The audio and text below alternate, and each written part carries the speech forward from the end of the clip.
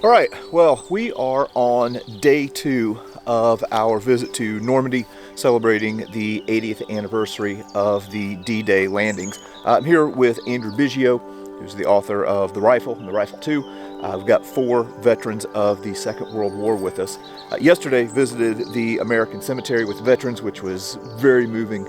And today, we are going to be going to Utah Beach, where one of the veterans who was with us, Marvin Gilmore, who served with a segregated anti-aircraft artillery unit, landed and began his journey through Europe in World War II.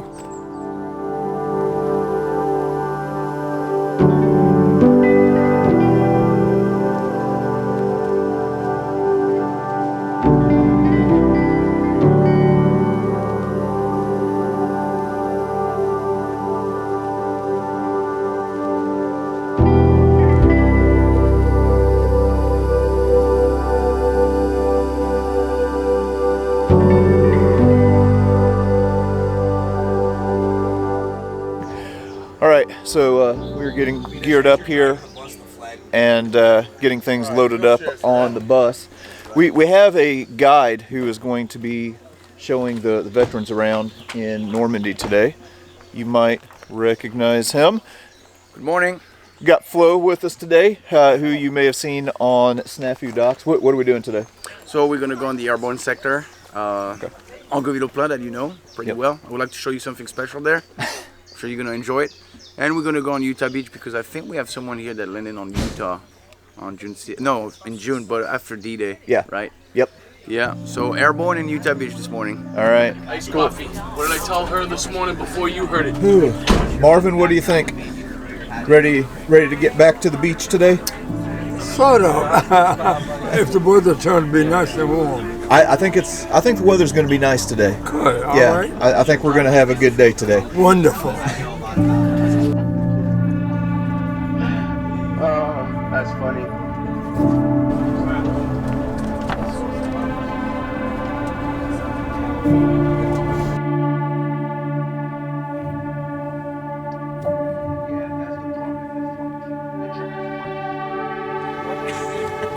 But yeah, so the 26th Division is one of the first divisions that went straight from the United States to share what is exactly right now. All right, we just rolled up to the church here in Angoville-au-Plain, and this is the spot where 2 101st Airborne medics named Robert Wright and Kenneth Moore set up an aid station on D-Day. Now, we've covered this story in other videos that I'll link in the description. But anyway, we've brought our group here today to share this story, and there are a lot of people here. Of course, it's D-Day, or 80th anniversary of D-Day, so there are a lot of people in Normandy in general, and a lot of people have showed up to this spot. And honestly, the fact that we have this story is thanks to one man, Paul Woodage. Paul Woodage is the one who kind of really dug in and unearthed this story and then gifted it to the rest of us. I've seen a lot of historians who will get a hold of a story and then they'll kind of like hold on to it and, I don't know, for lack of a better term, be greedy with it. But Paul has shared this amazing story, and now you have tons of people coming here, which I think is great. Anyway, in addition to the World War II veterans that we have with us, we also have some other veterans from another war. We have a lot of Iraq veterans on this trip, so it's kind of cool to see them sharing this experience together. All right, go ahead. All right. My name is Brian Johnston. I was in the United States Marine Corps, 1st Battalion, 3rd Marines. I served in Iraq in late 2004 during Operation Phantom Fury, and I was injured going into the city of Fallujah, and resulting in the loss of an arm and a leg. But here we are in Normandy celebrating the 80th anniversary of what far better men than us did. And it's really sombering to be here with guys who were actually here early in the war, and to hear their stories and what they've been through really makes you appreciate history. Cool. Okay, what was the details behind your wounding? Like, just what was the story behind what happened? I was on top of an amphibious assault vehicle headed into the city, and there happened to be a couple of IEDs that went off to the left side of the vehicle and kind of hit me from the right side, and the shrapnel resulted in a double amputation. Yeah, I mean, we're here at an aid station. Can you tell me about the situation surrounding the Purple Hearts? Oh yeah, a long time ago. I was wounded in France before St. Lo. I was wounded in Austria. And I was and wounded in the Battle of the Bulge. Wow. I had frozen feet actually in the Battle of the Bulge, and I was evacuated to England for a while, and then I went back to my outfit. Wow. What was the story behind the first Purple Heart that you got? I got a scar over here on my forehead. I got hit in the head with a shell, a piece of the shell. So as you can see, we have a lot of stones here all around us. I am the church of Angoville-au-Plain, but under the pews for over 70 years was just dirt. And because of all the donations that were made to the church, the city decided to pave under the pews. And about 6-7 years ago, it was in 2018 or 2017, I don't remember. There were workers here working in the church, and they were slowly but surely moving out the pews from the church. And one of my buddy entered the church at the same time, and right there under these pews, you had actually a little first aid kit that's been 73 years, right there under these pews. So he was a British collector, so we just traded, something like British helmet or something like that. And so now it's been with me for 7 years, and I think that's probably one of the only known items from the airborne that was used by Bob Wright and Kenneth Moore here in the little church of Angoville-au-Plain. So it's a pretty incredible item, right? It's amazing. And so normally that's how it looks like. First aid kit, every soldier would have one on him. And normally you're not supposed to use that on someone else. This is the one that you're going to keep on you, and if the medic is low in medical equipment, that's what you're going to use in case you have no more bandage or sulfamin. So Bob Wright or Kenneth Moore probably used that one like that, throw it away, and finally that ended up right here. And I don't know how, because now it's paved under, but it ended up under that, for so many years. It was a little bit further away. It was here approximately under the pews, but that's probably how we ended up under for 73 years. That's incredible, man. It is. It is cool.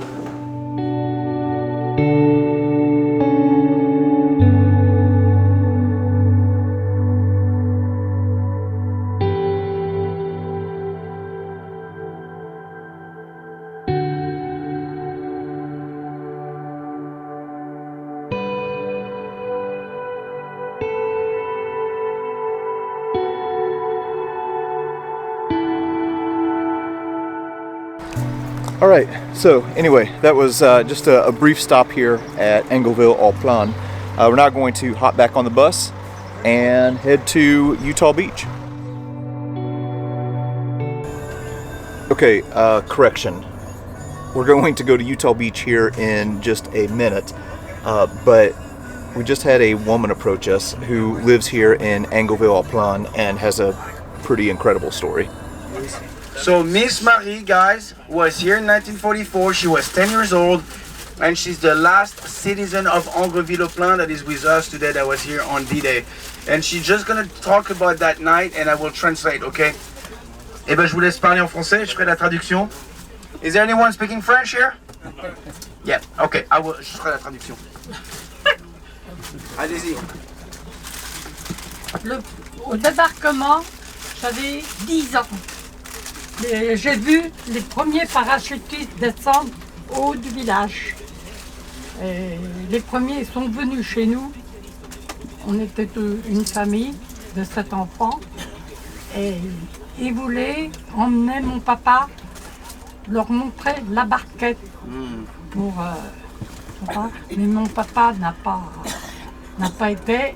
Et après, on est descendu dans une tranchée parce que ça allait se battre.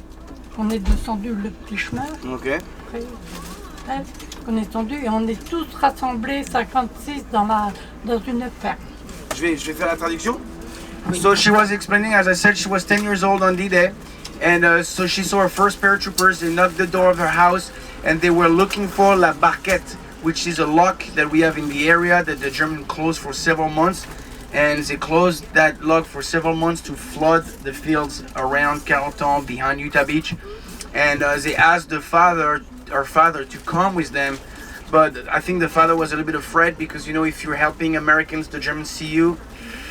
So he just kind of showed them where it was. And after that, they left the house because there were a lot of fighting here, intense battles. And they regrouped with 56 other French in the farm, just outside of the city center. Et qu'est-ce qui s'est passé après, du coup, quand vous êtes rassemblés? On est resté. Oui. On est resté. Pendant combien de temps? Oh, bon, on est resté très longtemps. Ouais. On retournait. Puis après, je suis allée avec mon papa voir dans une ferme que j'ai vu tous les soldats américains et allemands qui étaient décédés, qui avaient même des douleurs et tout.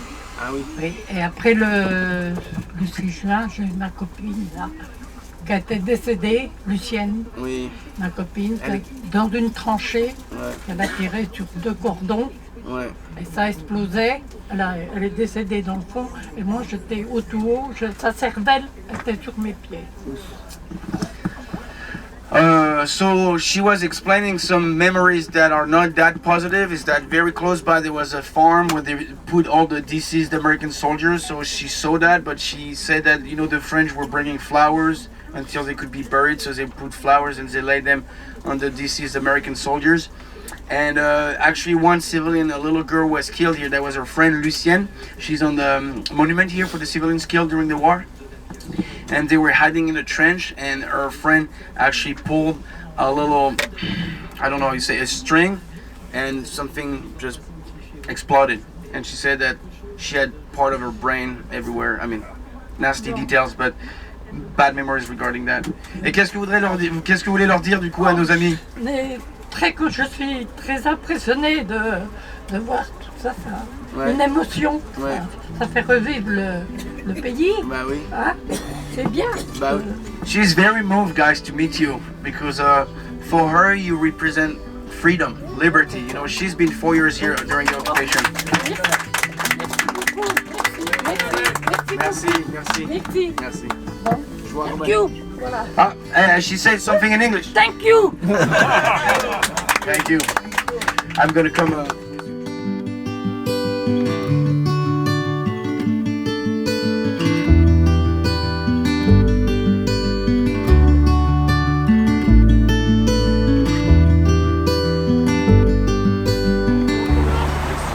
Now, when you come to one of these anniversaries of D-Day, especially the 80th, tons of crowds, tons of people, which, you know, it's kind of a mixed bag.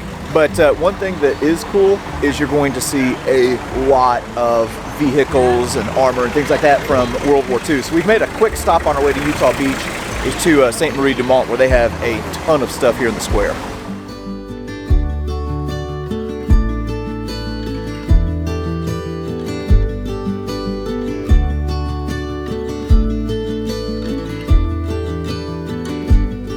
Here in the square of Sainte-Mère-Église, there were several what are now famous photos that were taken by Forrest Guth, one of which was taken right here in front of their World War I memorial. And somebody brought a Sherman tank that's kind of mocked up to look like the tank from Fury. So that's pretty cool.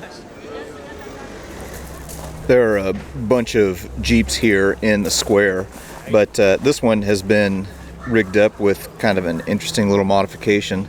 So if you look at this post here, this is a piece of German hardware that was used to string up barbed wire, and as you can see, it's been rigged up to the front of this Jeep to what I assume is catch any wires that would be strung across the road with the intention of decapitating any soldiers in jeeps.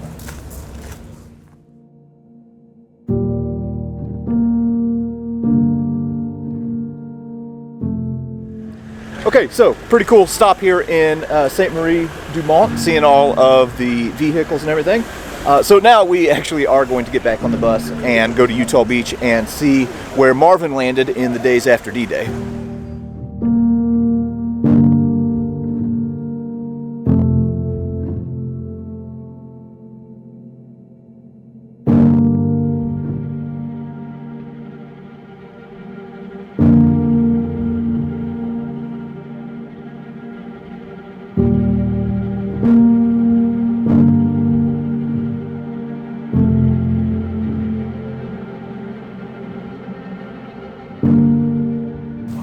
What are some of your memories of coming ashore here on Utah Beach? A lot of memories. When we got here at Utah Beach, wave after wave of soldiers and my outfit and other outfits stormed the beach against the Germans. It wasn't a very pleasant sight to see, but we captured the Germans and we took over Utah Beach. And in my memory, I'm so pleased to come back to see what we have done and for America and for our troops who gave their lives to take over this beach. It wasn't a pretty sight, but I'm here today to say and to honor our fallen heroes who gave their lives to storm Utah Beach. Can you tell me a little bit about what your outfit did? Well, we don't like to talk about killing.